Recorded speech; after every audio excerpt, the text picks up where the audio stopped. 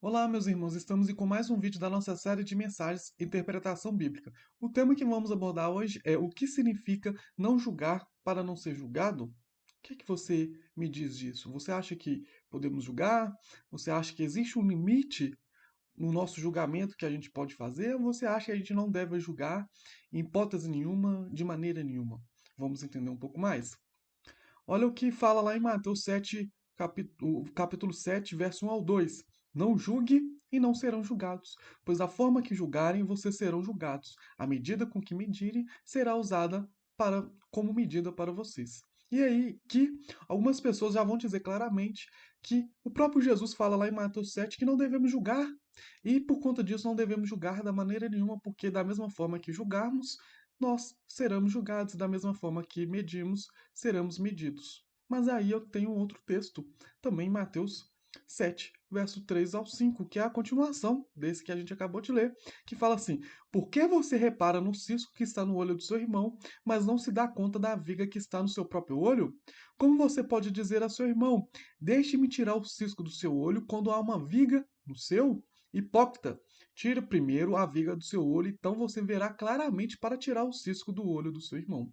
Então, quando Jesus fala lá em Mateus 7, para não julgar, para não sermos julgados, ele não está dizendo que não devemos julgar em hipótese alguma, de maneira nenhuma. Na verdade, ele está falando assim para a gente não ser hipócrita. Ele fala assim: não julgue para não ser julgado, e por que que você repara no cisco que está no olho do seu irmão, mas não se dá conta da viga que está no seu próprio olho? Aqui a gente tem que entender que Jesus está pregando para os fariseus, para os líderes religiosos. Os líderes religiosos, eles eram muito bons em julgar outras pessoas, mas eles não julgavam a si mesmo quando eles erravam, quando eles cometiam seus erros. Inclusive, se você se lembra, quando tem a crucificação de Jesus, o principal grupo religioso que leva Jesus à crucificação são os fariseus. Então Jesus ele está combatendo justamente esse tipo de pessoa, as pessoas religiosas que julgam as outras pessoas, mas não vê que existe uma trave no seu olho. E Jesus ele fala assim: deixe-me tirar o cisco do seu olho quando uma viga no seu. Ou seja, ele está falando para as pessoas hipócritas. Fala assim: olha, se você é hipócrita, se você está julgando outra pessoa, mas comete o mesmo errado, você está sendo hipócrita. Nessa forma, você não deve julgar, porque da mesma forma que você está julgando, você será julgado, porque você é um hipócrita. Jesus não está sendo contra o julgamento, mas ele está sendo contra o julgamento hipócrita, quando você julga uma coisa e que comete a mesma coisa que você está julgando em outro irmão. Esse que é o julgamento que Jesus está falando assim. Não deve ser feito, porque da mesma forma que você julgar, você será julgado. Da mesma medida que você medir, você será medido, porque você é hipócrita. Então, tire primeiro a viga do seu olho, então você verá claramente para tirar o cisco do olho do seu irmão. Ou seja, se você mudar a sua vida, você sim poderá ter autoridade para falar da vida do irmão ali que está cometendo um pecado, que está no erro. Mas enquanto isso, você será um hipócrita. Um outro texto bíblico que Paulo fala em 1 Coríntios 6, 1 ao 3, vai trazer claramente como devemos fazer. Ele vai dizer assim: se algum de vocês tem queixa com outro irmão, como ousa apresentar a causa para ser julgada pelos injustos em vez de levá-las aos santos? Vocês não sabem que os santos hão de julgar o mundo? Se vocês hão de julgar o mundo, acaso não são capazes de julgar as coisas, as causas de menor importância? Vocês não sabem que haveremos de julgar os anjos? Quanto mais as coisas dessa vida. Olha o que Paulo está falando lá em 1 Coríntios 6. Ele fala assim: se algum de vocês tem queixa contra o irmão, como ousa apresentar a causa para ser julgada por injustos, em vez de levá-los aos santos? Porque existia um problema muito grande na igreja de Corinto, que quando um irmão tinha um problema com o outro, eles levavam o caso para a justiça civil. E Paulo está falando assim: por que vocês não levam isso para a igreja? Não existe pessoas competentes, não existe homens competentes dentro da igreja para resolver esse problema? Ele fala assim: vocês não sabem que os santos hão de julgar o mundo, hão de julgar todas as coisas. Ou seja, Paulo está mostrando que sim, devemos julgar. Mas devemos julgar de qualquer maneira? Não. Devemos julgar primeiro sem hipocrisia, devemos julgar com maturidade, com discernimento, com sabedoria. Devemos julgar ali sabendo que aquele irmão vai ser corrigido para que muda de vida. Agora, o que Jesus proíbe não é o julgamento, é a condenação. O problema não é quando você julga, o problema não é quando você fala assim, ô irmão, isso aqui que você está fazendo é pecado. Isso aqui, de acordo com a Bíblia, está errado. Então você precisa mudar os seus comportamentos. Está escrito na Bíblia.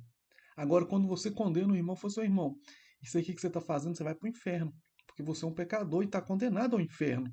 Então, você tem que arrepender-se imediatamente, ou seja, ou se você não arrepender imediatamente, você irá para o inferno, porque você é um condenado. Aí o que? A gente está falando não em amor. O julgamento sempre tem que ser em amor, com sabedoria, com maturidade, mostrando a pessoa o erro e mostrando o caminho que ele deve percorrer e até auxiliar, se for preciso, até ali dar a mão, dar um ombro, ajudá-lo a sair desse erro, desse pecado, nunca trazendo uma condenação, um peso, um fardo muito grande ali para a vida do irmão.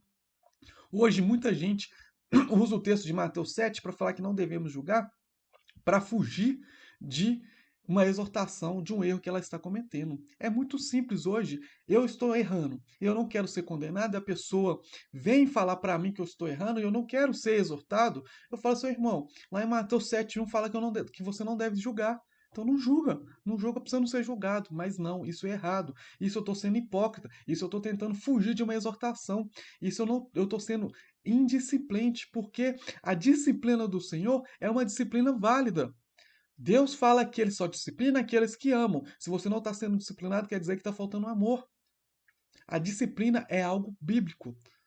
Deus, ele fala isso, o próprio Deus fala que ele disciplina aqueles que ele ama. Se ele disciplina aqueles que ele ama, se você não está sendo disciplinado, está faltando amor de Deus em você. Está faltando pessoas que amam a Deus para chegar para você e falar que você está cometendo um erro. E quando pessoas chegarem para você e falar que você está cometendo um erro em amor, não fala que a pessoa está julgando, não.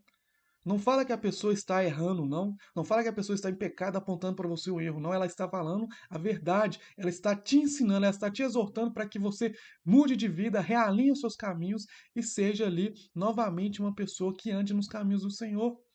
A pessoa, quando ela chega para você mostrando o erro em amor, é porque ela te ama. Não quer dizer que ela quer ver a sua ruína, que ela quer te ver bem. Ela está fazendo isso simplesmente por te amar, simplesmente em amor. O julgamento não é errado, a condenação sim. Se você vê os atos daquela pessoa e vê que aquela pessoa não está trazendo frutos que mostram arrependimento, frutos que fala lá em Gálatas 5, amor, paz, bondade, benignidade, mansidão, domínio próprio. Quando você vê que as pessoas não estão trazendo os frutos do Espírito Santo, você sim tem o direito de falar para o irmão ele mudar e apresentar os frutos verdadeiros do Espírito. Não devemos condenar nunca. Não quero dizer aqui porque você vá condenar o irmão, vá apontar o dedo na cara do irmão e nem de julgar de uma forma hipócrita, mas podemos sim instruir o irmão a andar no caminho certo. Amém? Espero que tenha ficado claro, espero que tenha entendido. Se com alguma dúvida, deixe aí nos nossos comentários ou nas nossas redes sociais. Se você gostou desse vídeo, deixe um like e te aguardo na próxima semana com mais um vídeo da nossa série de mensagens e que Deus abençoe a sua vida.